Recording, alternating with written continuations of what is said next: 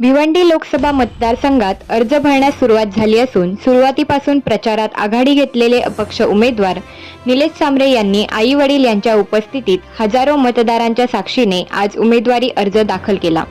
एका अपक्ष उमेदवाराचा अर्ज भरण्यासाठी स्वयंस्फूर्तीने आलेल्या मतदारांची अलोट गर्दी पाहून भिवंडी लोकसभा मतदारसंघात अर्ज भरण्याच्या दिवशीच निलेश सांबरे यांनी विजयाचा षटकार मारल्याची भावना कार्यकर्ते व राजकीय विश्लेषक व्यक्त करत आहेत। राजकीय पक्षांना पैसे देऊन गर्दी जमवता येत नाही, त्यापेक्षा जास्त मतदारांची गर्दी आज भिवंडीत पाहायला मिळाली। हॅट्रिक करण्याची संधी असलेल्या कपिल पाटील यांच्यासमोर निलेश सांबरे यांनी कडवे आव्हान दिल्याचे स्पष्ट झाले आहे।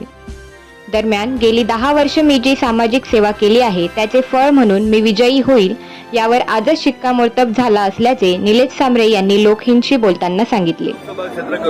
जे ऑलरेडी नागपूरचे विद्यार्थी झडपोलीला शिकतात, बारामतीच्या मुली झडपोलीला शिकतात आणि मोफत शिक्षण पैसे घेऊन नाही सरकारी पैशातून करतात। दोन्ही जिल्ह्यातील प्रत्येक रुग्णाला ज्याप्रमाणे दिलासा दिला जातो त्याप्रमाणे या मतदारसंघामध्ये जागा जागा 100 जिजाऊचे क्लिनिक उभे होतील, 100 ठिकाणी कोचिंग क्लासेस उभे होतील। त्याचबरोबर आमच्या गरिबांच्या मुलाला शिकण्यासाठी व्यवस्था 25 सीबीएसई शाळा निर्माण करण्यात येईल, तिथे कुठल्याही प्रकारची फी घेतली जाणार।